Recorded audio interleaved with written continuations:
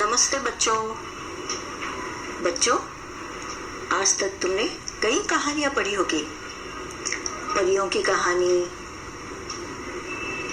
जादुई चिराग वाली कहानी, चंदा मामा की कहानी। आज जो कहानी मैं तुम्हें सुनाने जा रही हूँ वह चांद वाली अम्मा की कहानी। इसे सुनकर तुम्हें बड़ा मजा आएगा। बहुत ही दिलचस्प कहानी लिखी है तारा निगम जी ने। बच्चों, ये कौन सा महीना चल रहा है? जी, अक्टूबर का महीना। और ऋतु कौन सी चल रही है? एकदम ठीक पहचाना, वर्षा ऋतु। तो वर्षा ऋतु में कई बार आकाश से बादलों की गड़गड़ाहट सुनाई देती है। बच्चे तो डर ही जाते हैं, और जो घर के बड़े बुजुर्ग होते हैं वे उन्हें बताते हैं कि डरो नहीं, ये कुछ भी नहीं है। आकाश में एक बुढ़िया बैठी चक्की पीस रही है और इसी की ये आवाज है। तो बच्चे इत्मीनान से बैठ जाते हैं। डरते तो है। आज जो मैं कहानी सुनाने जा रही हूँ वो है चांद वाली अम्मा। आपने रात को आकाश में मतलब आसमान में चांद तो देखा ही होगा, और चांद में छोटे बड़े काले धब्बों को भी देखा होगा। कई बार हम कल्पना करते हैं कि वहां कोई औरत बैठी है और उसके हाथ में हैरी पॉटर की तरह जादू की छड़ी या झाड़ू है। एकदम ठीक। तो वही बात कहानी आज मैं आपको सुनाने वाली हूँ। आशा करती हूँ आपको बहुत पसंद आएगी ये कहानी। बहुत समय पहले की बात है। एक बूढ़ी अम्मा थी, बिल्कुल अकेली। उसका अपना कोई न था। घर का कामकाज उसे खुद ही करना पड़ता, क्योंकि पहले ही बताया है कि वो बूढ़ी थी, अकेली थी। उसका अपना कोई नहीं था, न पति, न संतान, बाल बच्चे कोई नहीं थे। और बूढ़ी को और एक शब्दों में वर्णन किया जाता है, बूढ़ी यानी वृद्ध। और अगर कोई वृद्ध पुरुष है तो वृद्ध कहते हैं, और अगर कोई महिला है, स्त्री है, तो उसे वृद्धा कहा जाता है। तो ये जो अम्मा थी, जी, माता या जननी अम्मा, बिल्कुल अकेली थी। सारा घर का कामकाज उसे खुद ही करना पड़ता। अब कौन से काम होते हैं? सुबह उठकर कुएं से पानी लाना, खाना बनाना आदि। अच्छा, आजकल की दुनिया में हम जो शहरों में रहने वाले लोग हैं उसे तो कुएं से पानी भरना मालूम ही नहीं है क्या होता है। लेकिन गांव में या दूर दराज इलाके में जहाँ नल से पानी नहीं आता, वहां औरतों को रोज सुबह हंडे लेकर पानी भरने जाना पड़ता है। खाना तो हम बना ही लेते हैं। उसके साथ एक परेशानी थी। अम्मा अकेली थी, घर के सारे काम खुद कर लेती थी क्योंकि उसका अपना कोई नहीं था। तो परेशानी कौन सी थी कि वो रोज सुबह उठकर घर में झाड़ू लगाती। तब तक तो ठीक रहता, पर जैसे ही वह आंगन में जाती और झाड़ू लगाने के लिए झुकती, तभी आसमान आकर उसकी कमर से टकराता। अब यहाँ उन्होंने बताया, आसमान जैसे छोटा बालक हो, और शरारत करना सबको पसंद है। कहो, आपने भी अपने किसी दोस्तों को छुपकर डराया तो होगा, और कितने बहाने भी बनाए होंगे, शरारत भी की होगी। और शरारत करना बच्चों का धर्म ही बना रहता है। अच्छा लगता है शरारत करना, जिसमें ताजगी होती है। तो ये जो अम्मा थी, जब घर के अंदर घर बुहारती, झाड़ू लगाती, तब तक तो ठीक था, पर जैसे ही घर के बाहर आती, आंगन आकर, आसमान आकर उसकी कमर से टकराता।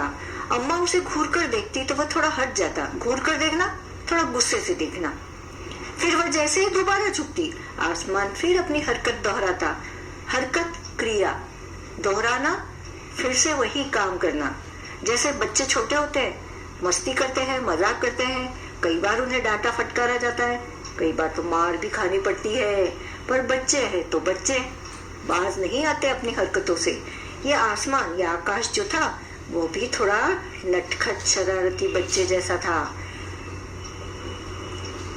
अम्मा के घूरते ही थोड़ी देर के लिए वह हट जाता, लेकिन जैसे ही अम्मा झुकती, वह आकर उसके कमर से फिर से टकरा जाता। 1 दिन, 2 दिन, 3 दिन लगातार यही क्रम चलता रहा। अम्मा झाड़ू लगाए और आसमान उसे तंग करे। एक दिन कुएं पर पानी भरने को लेकर अम्मा का किसी और से झगड़ा हो गया। अब औरतें होती है, लोग दो चार आते हैं तो बोला चली तो कभी कभी हो ही जाती है। तो वैसे ही कभी एक बार ऐसा हुआ कि अम्मा पानी भरने गई कुएं पर और वहां किसी दूसरी औरतों के साथ उसका झगड़ा हो गया। तो वो गुस्सा उनके मन में था। गुस्से में ही अम्मा घर आई। अब पानी भरना तो हो गया, अब झाड़ू लगाना है। वो झाड़ू उठाकर आंगन में गई और जैसे ही झुकी, आसमान ने अपनी आदत के अनुसार उसे फिर छेड़ा। अब क्या, अम्मा तो आज जरा गुस्से में ही तो थी।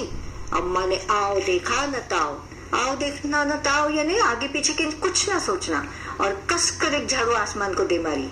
कसकर, जोरदार। आसमान झट हट गया। उसे नहीं लगा क्योंकि वो हट गया, पर वह भी अपनी आदत से मजबूर था। दूसरी बार फिर अम्मा के झुकते ही टक्कर मारने लगा। आसमान को अब यह आदत हो गई थी कि अम्मा को शरारतों से परेशान करना। एक बार तो उसने टक्कर मारी, अम्मा ने गुस्से में उसे झाड़ू दे मारी, लेकिन आसमान हट गया, आसमान को वो झाड़ू नहीं लगी। फिर दूसरी बार फिर से वही करने लगा आसमान, जो अब तक करता आया। अब दूसरी बार अम्मा ने पूरी ताकत से उस पर वार किया, जोरदार हमला किया। आसमान को शरारत सूझी। इस बार उसने झाड़ू पकड़ ली। जैसे ही अम्मा ने झाड़ू से उस पर वार किया, आसमान ने एक हाथ से उसकी झाड़ू कसकर पकड़ ली। उधर अम्मा भी झाड़ू पकड़ी थी। रस्सा कशी शुरू हो गई। रस्सा कशी, दोनों में छीना झपटी शुरू हो गई। ये यहाँ से पकड़े, वो वहां से खींचे। दोनों हार मानने को तैयार नहीं थे। झाड़ू का ऊपर वाला हिस्सा आसमान पकड़े हुए था, तो नीचे वाला अम्मा, दोनों छोड़ने को तैयार नहीं थे। अम्मा चिल्लाई, छोड़ मेरा झाड़ू, मेरे पास एक यही झाड़ू है। अम्मा उसे बताती रही, तब भी आसमान ने नहीं छोड़ा। हाँ, बूढ़ी अम्मा कब तक रस्सा कशी करती, थक गई। अब तो फिर एक अनहोनी सी बात हो गई। आकाश जैसे जैसे ऊपर चलता गया, अम्मा को अपने साथ ले गया। आसमान में उड़ती गई अम्मा। क्यों? क्योंकि उसने झाड़ू नहीं छोड़ा। अब वो झाड़ू के साथ ऊपर उठने लगा। कौन? आसमान। उसके साथ साथ झाड़ू पकड़े हुए अम्मा भी ऊपर जाने लगी। वह चिल्लाई, मुझे नीचे छोड़ दे। आसमान ने कहा, अम्मा अब मैं तुम्हें नहीं छोड़ूंगा, ले चलूंगा ऊपर, वही झाड़ू लगाना। अम्मा अब झाड़ू नहीं छोड़ सकती थी, क्योंकि वह बहुत ऊपर पहुंच चुकी थी। अगर वो छोड़ती तो गिर पड़ती, प्राणों से हाथ धोना पड़ता उसे, और आसमान तो शरारती था। तभी उसे वहां चांद दिख गया। जैसे ही अम्मा ऊपर आसमान में पहुंची, उसे दिखाई दिया एक चांद। अम्मा ने सोचा, चलो इसी पे बैठ जाऊं। झट अम्मा ने पैर बढ़ाया और चांद पर चढ़ गई, पर झाड़ू नहीं छोड़ी। आसमान को फिर शरारत सूझी। उसने सोचा, अम्मा तो चांद पर चढ़ गई है, यदि चांद उसकी मदद करेगा तो मैं हार जाऊंगा, इसे यही रहने दूं, मतलब अम्मा को चांद पर ही अब रहने दूं। ऐसा सोचकर उसने झाड़ू छोड़ दिया। अम्मा झाड़ू सहित चांद पर रह गई। वह इतनी थक गई थी कि झाड़ू पकड़े पकड़े ही चांद पर बैठ गई। आसमान ऊपर चला गया। उस दिन से आज तक बूढ़ी अम्मा झाड़ू पकड़े चांद पर बैठी है। अब समझ में आया? आसमान में जो काले रंग के चित्र दिखाई देते हैं, चांद के ऊपर जो दाग धब्बे जैसे दिखाई देते हैं, वो दरअसल वो बूढ़ी अम्मा है जो झाड़ू लेकर वहां बैठी है। तो समझ गए ना दोस्तों, ऐसी कई घटनाएं होती है और उसका हम इस तरह से उत्तर निकालने का प्रयत्न करते हैं। तारा निगम जी की ये कहानी लगता है तुम्हें पसंद आ गई हो। धन्यवाद दोस्तों, सुप्रभात। आज हम चांद वाली अम्मा के सवाल जवाब देखेंगे। तुम्हारी कल्पना से पहला सवाल है, बूढ़ी अम्मा चांद पर क्यों चढ़ गई होगी? बूढ़ी अम्मा झाड़ू पकड़कर आसमान में ऊपर पहुंच चुकी थी। नीचे उतरना उसके लिए मुमकिन न था, इसीलिए मेरे हिसाब से बूढ़ी अम्मा चांद पर चढ़ गई होगी। चांद वाली अम्मा झाड़ू क्यों नहीं छोड़ना चाहती थी? चांद वाली अम्मा के पास एक ही झाड़ू था। अगर वह उसे छोड़ देती तो वह फिर घर कैसे बुहारती? चित्रों को देखकर बताओ कि अम्मा के साथ कौन कौन रहता होगा। मेरे हिसाब से अम्मा के साथ बादल, तारे, इंद्रधनुष रहते होंगे जब वह चांद पर गई तब। आसमान बार बार आकर अम्मा की कमर से क्यों टकराता था, तुम्हें क्या लगता है? मुझे लगता है आसमान बहुत ही शरारती था। अम्मा से शरारत करना उसे बहुत भाता था, इसीलिए वह अम्मा की कमर से टकराता होगा। अब इंसान में बहुत सारे भाव होते हैं, जैसे रूठना, मनाना। जब बूढ़ी अम्मा उड़ी जा रही थी तो उन्होंने आसमान को हर तरह से मनाने की कोशिश की। बताओ उन्होंने क्या क्या कहा होगा? पहले बताओ, घबरा कर क्या कहा होगा? बाप रे, तुम मुझे कहाँ ले जा रहे हो? ऊंचाई से मुझे डर लग रहा है। गिड़गिड़ाकर, भगवान के लिए मुझ पे तरस खा, मुझे छोड़ दे। गुस्से से, देख अब अगर तूने मेरी बात न मानी तो मेरे हाथ की मार खानी पड़ेगी। और तरकीब सूझने पर, मैं ठहरी बूढ़ी, अब मैं वापस नहीं जाऊंगी, मैं यही चांद पर रह जाती हूँ। चलो ये अच्छा हुआ। घूरना, अम्मा उसे घूर कर देखती तो आसमान थोड़ा हट जाता। कब कब ऐसा होता है जब तुम्हें कोई घूर कर देखता है? जैसे मेरा दोस्त मुझे घूर कर देखता है जब मैं उसका मजाक उड़ाता हूँ। फिर मेरे पिता मुझे घूरते हैं जब मुझे परीक्षा में कम अंक आते हैं। मेरे शिक्षक मुझे घूरते हैं जब गृहपाठ अधूरा होता है। और बहन या भाई के संबंध में बताओ, जब मेरा दोस्त के साथ झगड़ा होता है तब मेरा दोस्त मेरी शिकायत मेरी दीदी से करता है, तब मेरी दीदी मुझे घूरती है। और मेरा भाई भी घूरता है जब मैं उसकी बैग या कोई अन्य चीज लेकर वापस सही जगह पर नहीं रखता। दम लगा के हईशा, रस्साकसी के खेल में दो टोलियों के बीच में खूब खिंचातानी होती है। कुछ और खेलों के नाम लिखो जिनमें दो टोलियां खेलती हो। दो टोलियां कई खेलों में खेली जाती है, जैसे कि खो खो, कबड्डी, क्रिकेट, हॉकी। अब साफ सफाई, घर की सफाई करने के लिए किन किन चीजों का इस्तेमाल होता है? घर की सफाई के लिए झाड़ू, पोछा, साबुन, बाल्टी, ब्रश आदि चीजों का इस्तेमाल होता है। किन किन मौकों पर तुम्हारे घर का सारा सामान हटाकर खूब जोर शोर से सफाई होती है? त्योहार के समय मेरे घर का सारा सामान हटाकर हम जोर शोर से सफाई करते हैं, मानो दिवाली, अथवा कभी कभी शादी ब्याह के मौके पर भी ऐसा किया जाता है। ये मौके खास क्यों हैं? ये मौके खास होते हैं क्योंकि साल में एक बार दिवाली के वक्त पूरे घर की सफाई होती है। पुरानी चीजों को हटाया जाता है, नई चीजों को लाया जाता है, घर को मानो दुल्हन की तरह सजाया जाता है। पुरानी चीजों को हटाकर नए सिरे से घर को चमकाना मुझे अच्छा लगता है। मिठाई, पटाखे, नए कपड़े, रंगाई, पुताई, नई खरीदारी इन्हीं अवसरों पर होती है, इसीलिए ये मौके खास होते हैं। सफाई के काम से जुड़े हुए शब्द सोचो और लिखो, जैसे झाड़ना, पोंछना, फटकना, धोना, सुखाना, चमकाना। अब पूछा है काम कौन करता है? बूढ़ी अम्मा अकेली रहती थी, उन्हें घर का सारा काम अकेले ही करना पड़ता होगा। उन कामों की सूची बनाओ जो उन्हें सुबह से शाम तक करने पड़ते होंगे। यह भी बताओ कि तुम्हारे घर में ये काम कौन कौन करता है। बूढ़ी अम्मा के काम बताऊं तो उसे खाना बनाना पड़ता होगा, बाजार से सब्जी, फल तथा जरूरी सामान की खरीदारी करनी पड़ती होगी, साफ सफाई और कुएं से पानी भरना।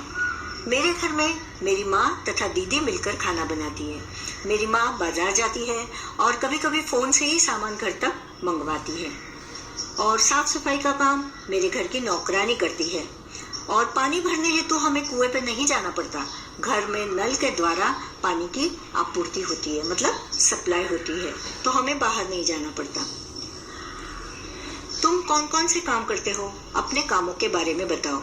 कुछ दिए हैं घर के काम और कुछ घर से बाहर के काम।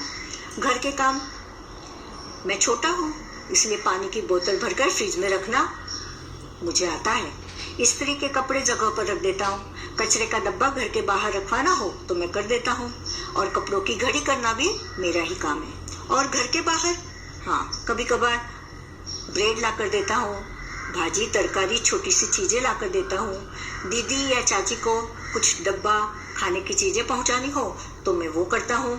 जो दीदी या चाची हमारे बिल्डिंग में ही रहती है, केले या सब्जी एक आध दूसरी लेकर आता हूँ। इस तरह मैं भी घर के बाहर के छोटे मोटे कामों में हाथ बटाता हूँ। तुम बूढ़ी अम्मा की मदद किन किन कामों में कर सकते हो? मैं बूढ़ी अम्मा को घर और आंगन बुहारने में मदद कर सकता हूँ। बाजार से थोड़ी सामग्री खरीदना ये भी मैं कर सकता हूँ। मुझे खाना बनाना नहीं आता, पर भाजी साफ करना मैं जानता हूँ। कितने नाम कितने काम। इस कहानी में नाम वाले और काम वाले कई शब्द आए हैं। उन्हें छांटकर नीचे तालिका में लिखो। अब नाम वाले शब्द है आकाश, अम्मा, झाड़ू, आंगन, पानी। और काम वाले शब्द है पानी लाना, खाना बनाना, झाड़ू लगाना, पानी भरना, टक्कर मारना। मतलब क्रिया वाले शब्द है लाना, बनाना, लगाना, भरना, मारना। अब यहाँ पूछा है अपनी किसी शरारत के बारे में लिखो, और लिखा है तुम्हारी शरारत। अरे आसमान की शरारत तो कुछ भी नहीं। मैंने तो एक बार और आपको अपनी किसी शरारत के बारे में याद करके लिखना है। अब एक छोटी सी बात मैं बताऊं। मेरी कक्षा में 2 सहेलियां हैं, हमेशा साथ साथ रहती है, मानो सीता और गीता। एक बार मैंने दोनों की चोटियां चुपके से एक साथ बांध दी। जब अध्यापिका ने एक को जवाब देने के लिए खड़ा किया तो दूसरी को भी खींचकर खड़ा होना पड़ा, और सभी बच्चे हंस पड़े। ये तो अच्छा हुआ कि टीचर ने मुझे थोड़ा सा डांट कर छोड़ दिया, वरना मुसीबत आ जाती। अब इसके बाद एक छोटी सी कहानी सूरज और चांद ऊपर क्यों गए ये बताई है। ये मैं तुम्हें पढ़कर बताती हूँ। बहुत समय पहले सूरज और चांद जमीन पर रहते थे। पानी उनका अच्छा दोस्त था और वे अक्सर उससे मिलने आते थे। लेकिन पानी कभी उनके घर नहीं जाता था। एक दिन सूरज ने पानी से पूछा, तुम कभी हमसे मिलने क्यों नहीं आते? पानी बोला, मेरे बहुत सारे दोस्त हैं, यदि मैं तुम्हारे घर आऊं तो वे भी मेरे साथ आएंगे। उन सबके लिए तुम्हारे घर में जगह नहीं होगी। सूरज ने कहा, मैं एक बहुत बड़ा नया घर बनाऊंगा। सूरज ने सचमुच एक नया घर बनाया जो बहुत बड़ा था। उसने पानी को इस नए घर में बुलाया। पानी तरह तरह की मछलियों और उनके साथ रहने वाले दूसरे जानवरों के साथ सूरज के घर पहुंचा। पानी ने बाहर खड़े होकर पूछा, मैं अपने दोस्तों के साथ अंदर आ जाऊं? सूरज ने कहा, हाँ आ जाओ। पानी अंदर आया और कुछ ही देर में सूरज के घर में घुटनों तक पानी भर आया। देखते ही देखते पानी सिर पर पहुंच गया। मछलियां और पानी के तमाम जानवर सूरज के घर में इधर उधर घूमने लगे। अंत में पानी इतना ऊंचा हो गया कि सूरज और चांद को छत पर जाकर बैठना पड़ा। लेकिन थोड़ी ही देर में पानी छत पर आ पहुंचा। अब सूरज और चांद क्या करते, कहाँ बैठते? वे भागकर आसमान पर पहुंच गए। आसमान उन्हें इतना पसंद आया कि वे वहीं रहने लगे। बच्चों, आशा है तुम्हें कहानी पसंद आई होगी। धन्यवाद। फिर